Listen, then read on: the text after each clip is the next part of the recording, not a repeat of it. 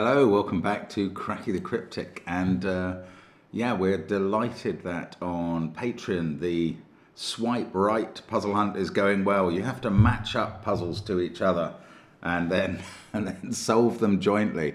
It's definitely, first appearances may be deceiving, but it's definitely easier than last month's hunt. In terms maybe of just the length of time it's taking people, we're getting hundreds of correct entries every day now, which is fantastic. So do check it out. Join us on Patreon if you haven't already. There are other bits of content there, like a couple of long solves by Simon, my crossword videos, connections videos, solution videos to last month's puzzle hunt as well. So check it out. There's all of our merchandise and SVEN'S SUDOKU PAD on the links under the video. And what else have we got? We've of course got all of our apps. Now, they feature Domino Sudoku, Line Sudoku, and Killer Sudoku. So they must have some relevance to today's puzzle, which has come in from Glenn Fletcher, who apparently published it a couple of years ago. And I think he was saying something along the lines of, it would probably get appreciated a bit more if someone explained the logic. Now, I guess that's our job. But it makes me very scared that I won't understand the logic to explain it.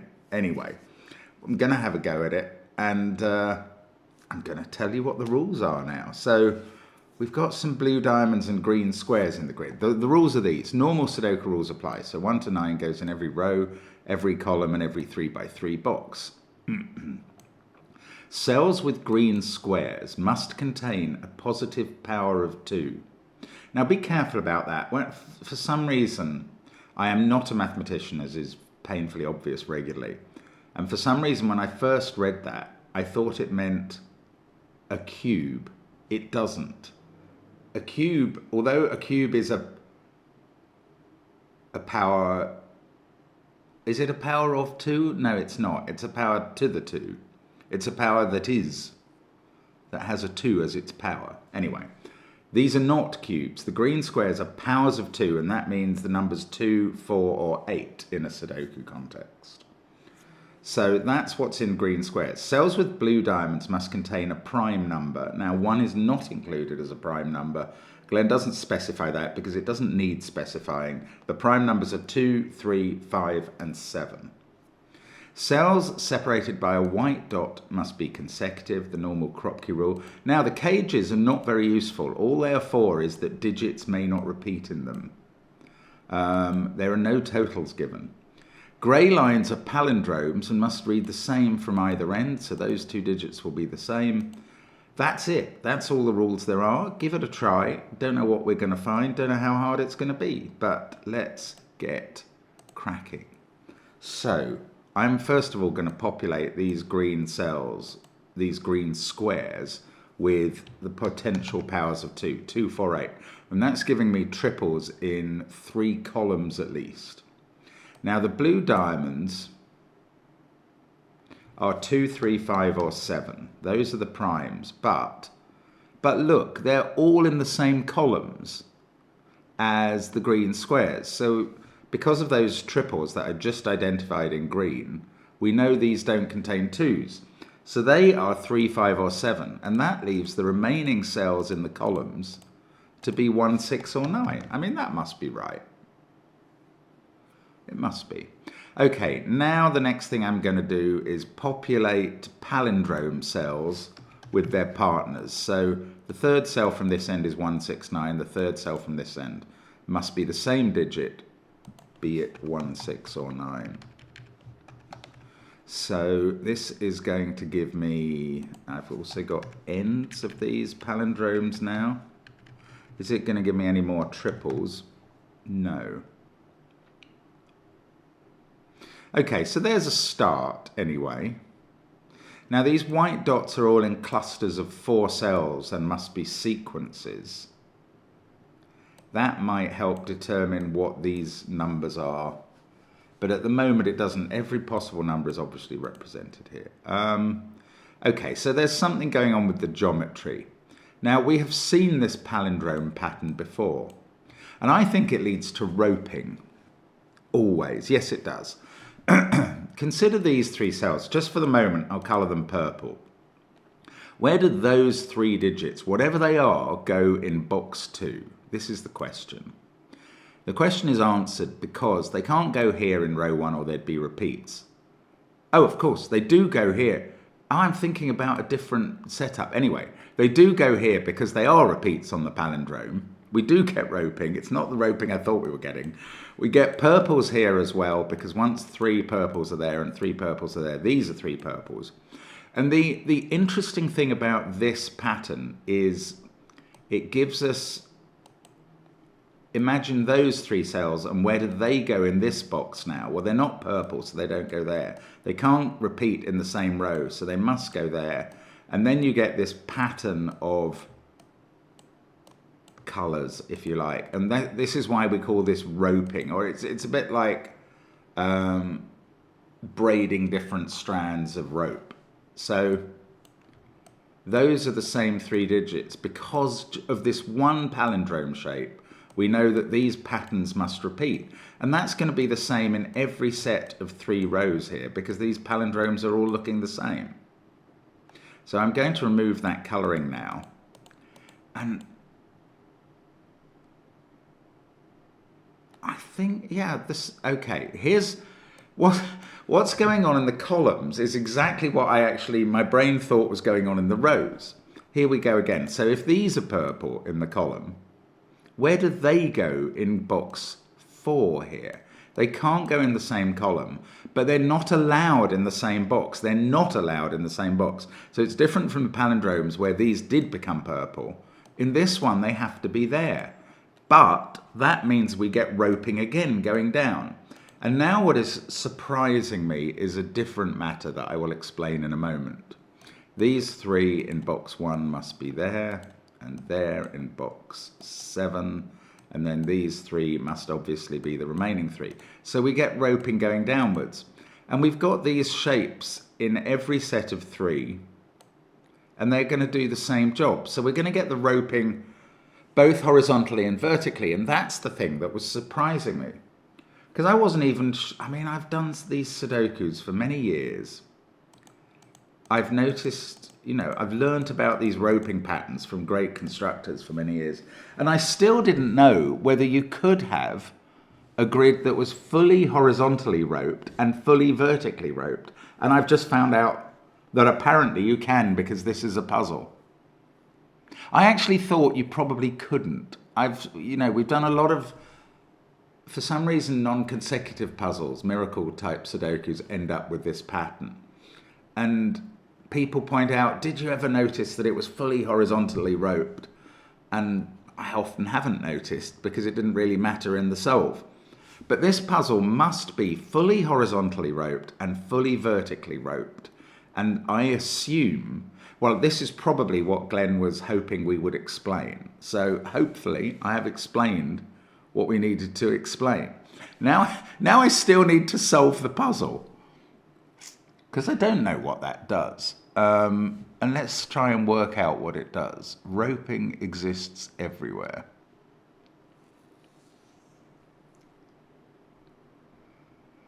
Okay, so these 2 and these 2 must appear here. So these include 1 digit from 169 and 1 from 248. Right, these 4... yeah, that's it. These 4 are going to obey... oh no, sorry, I was looking at these as modular sets, but they're not. The numbers 169 are not. 2 of them are from one modular set and 1 of them's from a third. So what I'm trying to do is work out whatever these 2 are. 1 is from 169 and 1 is from 248. I'm literally just putting them in those boxes so I can explain what I'm thinking here. They could easily be the other way around. I don't know. But that means that 2 of these digits, okay, 2 of these digits are from 357. Now that's not that helpful, because it's quite easy to make up 3, 4, 5, 6 or 4, 5, 6, 7. Well, it's a little helpful. That must be what these... No, 2, 3, 4, 5, 5, 6, 7, 8. There are 5 possibilities for that set. So what I want to do is find one of these 4 boxes with the 4 cell sequences in and use a different set. What I would like to find is one where we can use the 169 set to provide 2 of the digits here. So, does that happen here? Those 2, no, they go in there and one of them is 169. It's here. It's here. This is the one down at the bottom. Right, let's take those out because they weren't necessarily right. I'm going to put in 2 digits here that aren't necessarily right, but 248 is in... Again, it ropes into row 8 there, row 9 here, so it must be row 7 here. Now, it might not be that cell, it might be that cell, but just for illustrative purposes, I'm putting it there. 357 does the same thing. It's in row 8, then row 9, so then it's going to be in row 7. Again, we might need to swap those. Oh, but we don't have a 4-cell sequence here. Oh, bother.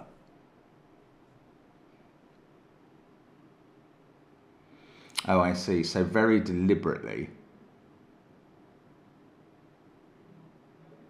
there is no obvious place where we're going to put a 6, 7, 8, 9 sequence on the white dots. I mean, the puzzle was all going to get quite a bit easier when I could do that, but it hasn't happened. What about in this one? Whatever that is goes there. Yeah, no, that's not so easy to use. I really did want to find a white dot sequence where we were going to have to use 2 of the digits from 169, but I don't think I've got the right to say it's this one. And maybe there isn't one in the puzzle. That's quite plausible. So I actually need to think of something else. Well, let's have a look at this box anyway. So these digits have to appear here. And that means 2 digits from 248 appear in this set. Right. Well, oh, that is all right. 8 does not appear there because within 3 numbers of 8, you don't get another one from 4 or 2. So even if you put 8 there, you'd be going 7, 6, 5. You wouldn't get the other one from 2 or 4. So 2 and 4 are the digits that appear here. Obviously 3 does as well. And then either 1 or 5 to go with them. The 3 itself, this is quite interesting. The 3 itself must be in one of those 2 because the sequence goes from here to here to here to here. Now, whether it's 1, 2, 3, 4 or 2, 3, 4, 5, the 3 is in one of those 2 cells. So these 2 can't contain a 3.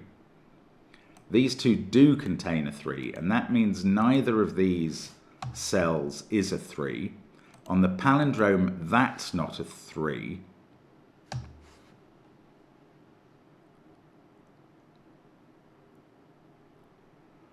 And I thought that meant that this is a 3, but now I'm not sure.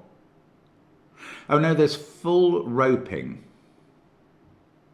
Right, I'm just going to colour these so, because actually it's not just for illustrative purposes, I can't even work out in my own mind which way they go. So orange, orange, orange. And I'm going to track 3. Let's make these grey, grey, grey. These are the same digits in the stripes. So 3 is up there. So 3 is an orange digit. So one of these is a 3. And one of these is a 3. Now, that's interesting here, because this is going to be a sequence of 4 digits. It can't run downwards from the 3. So this must now be 3, 4, 5, 6. This is a very clever puzzle, by the way. I can now say that officially. That's a 4, 5 pair. Now, in this box, that's a 7. This is not a 4. That is not a 6. That is not a 6. We've got a 1, 9 pair. We've got a 2, 8 pair there and there.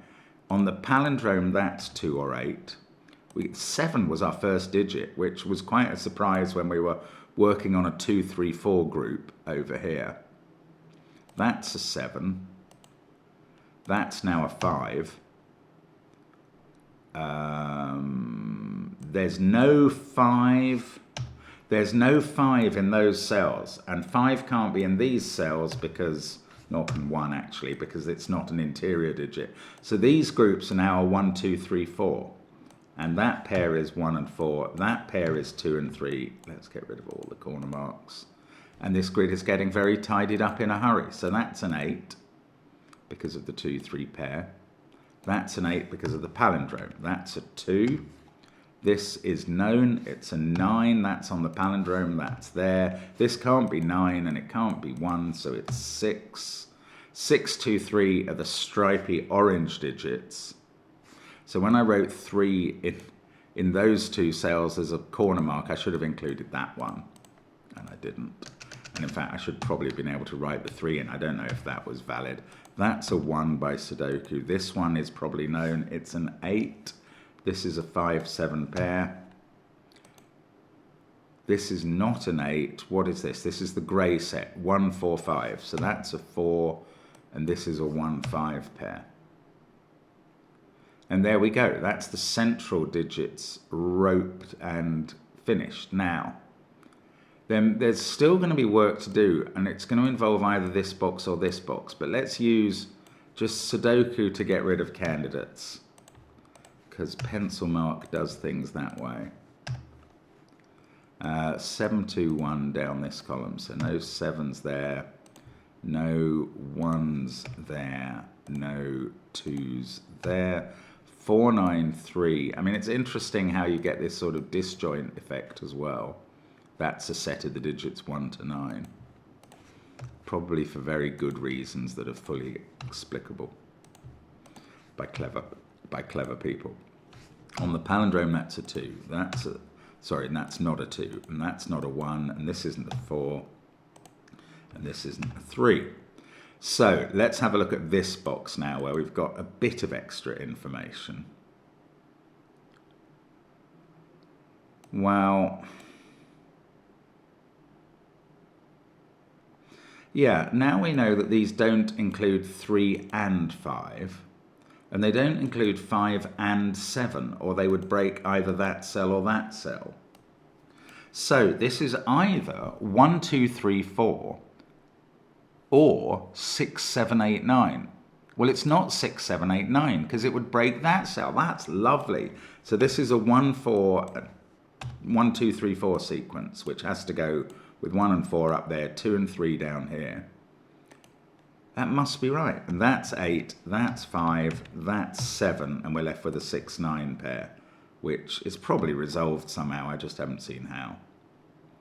But that gives us 8 and 7 on the palindrome. That 8 makes this a 2. The 2, 3 pair makes this a 4. I could probably assume that this is a set of the digits 1 to 9, but I'm not going to do that because it's just kind of assumption at this point. But we've also got the roping to consider. So that group of cells is the same as that group, is the same as that group, and is a 7, 8, 9 triple. So that's a 9, and that's a 9, and that's a 6. This is a super setup. I mean, as well as being proof that you can rope vertically as well as horizontally, which I needed to learn today. This is a beautiful puzzle, and that's really classy. Now, we can just fill these numbers in, and I think this puzzle's probably going to finish off. Maybe I'm going to need to consider this one in a moment, but it's very clever. 4, 9, 3, 6, 5, 8. Okay, so on the palindrome, 9 and 8 are just done. Now, this sequence, yes, with 7 out, it's got to be 3, 4, 5, 6. So that's a 4, 5 pair. That's a 3, 6 pair. This is an 8, 9 pair. We've got 7, 8, 9 roping again. Oh, hang on, something went wrong here. It's just pencil marking, sorry. That is a 7, 8, 9. 7, 8, 9 is roped in every set. So it's probably the same digits that are roping across the puzzle. 6, 2, 3 there, 2, 3, 6 there. Yes, it must be. That's interesting. I didn't know that that would happen, but it has happened. That's a 1-4 pair. This is a 2-3 pair.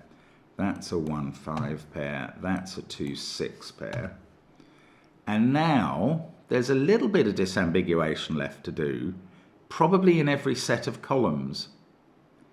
And I don't quite know how I'm meant to do it. So let me think about this for a second.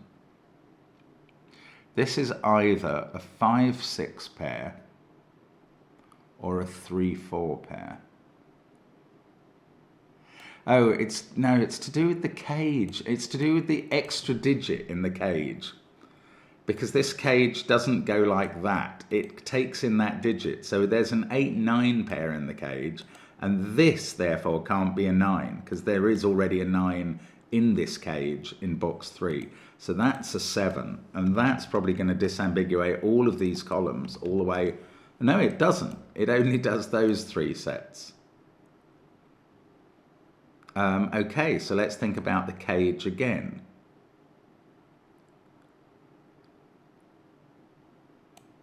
Oh, that's rather surprising. Let me do the same for the other cages first. 4, 5 are there, so that's a 1. Oh, but that gets onto this sequence. That's handier here than it was on the other side. Right. 4. So I can use this white dot sequence for that, and then I can go onto this white dot sequence. And they solve. Now, there's a 2, 3 in the cage there, so that's a 6. And there's no sequences over here, so I'm left with... Ah, right, this is an X-wing pair on 1s. 1 must be in one of those 2 cells and one of those 2 cells, so it appears either as a pattern there, and if you drew that line, it would cross with the other one I'm about to draw and make an X. That's why it's an X-wing. So 1s either appear there and there, or there and there. But if they were in these 2 cells, they'd both be in the cage. So that's no good. So those are the 1s, these are the 4s, and these are the 5s. And you see that this cage is fine. 9, 4, 3, 2, 5, 8, 6. This one is fine. 8, 6, 5, 4, 1, 2, 7. The palindromes worked. That one has worked. This one has worked. So we've just got to make this cage work now. And we must be considering, yeah, it's a 3 X-wing, or you could probably do it with a 4 X-wing here. But I'm going to use the 3s. If 3 was there, 3 would be there, and they'd both be in the cage. So that's no good. So 3s are in those positions. Then I can run that round the white dot sequences. What an elegant finish. What an elegant puzzle. Glenn, that is really a very nice codex. Codex means, let me just get rid of the colouring before we finish off. Codex is a body of law or something, or a sacred text. Well, maybe that's relevant. Or, of course, it's a mashup of the word code and X, but I don't think that's very relevant to this puzzle, so maybe this is just the ultimate grid. I suspect... Oh, sorry, I don't know if you can read all this, but Glenn's put some thoughts up in the message. Did you know that there are 84 possible triplets? Oh, well, I was just going to go on to consider this. There are 84 possible triplets in 280 possible combinations in Sudoku. No, I didn't. Yet, I've only really seen 6 triplets used in 2 combinations in regular use. 1, 2, 3, 4, 5, 6, and 7, 8, 9. Low, middle, high, or 1, 4, 7, 2, 5, 8, 3, 6, 9, which are modular complements. I wanted something new, hence the power of 2 and prime constraints I used in this puzzle. I hope to see more triplets in different combinations being used in the future. That is not what I was going to speculate about. That's interesting as well, though. And I did kind of notice as we were going along. In fact, I kind of had to stop myself thinking that this was a modular set. What I was wondering is, in terms of puzzles that rope in both directions, fully horizontally and fully, or grids that rope in both directions, fully horizontally and fully vertically, I wonder if there's any possibility that there is only one fill, and that what I mean by that is if you swapped 7s and 9s here, clearly you'd have another working grid. I mean, forget the blue and the green cells. You'd have another working grid, but essentially it would be the same grid. It would just be a mapping. Is there only one version of a fully roped grid, horizontally and vertically? I doubt that it's true. Actually, it isn't true, because you could swap this column with this column. Again, forget the white dots. And the blue and green, and it would all work fine. So it's not quite true, but I suspect there are very few ways of creating a Latin square with this fully roped prognosis. Anyway, thank you for joining me and Glenn with our thoughts on grids in general, and learning our way through some of them with a really elegant puzzle called Codex. I enjoy bringing some slightly more theoretical thoughts to you for once, to be honest. And we'll be back with a bit more Sudoku tomorrow. Bye for now.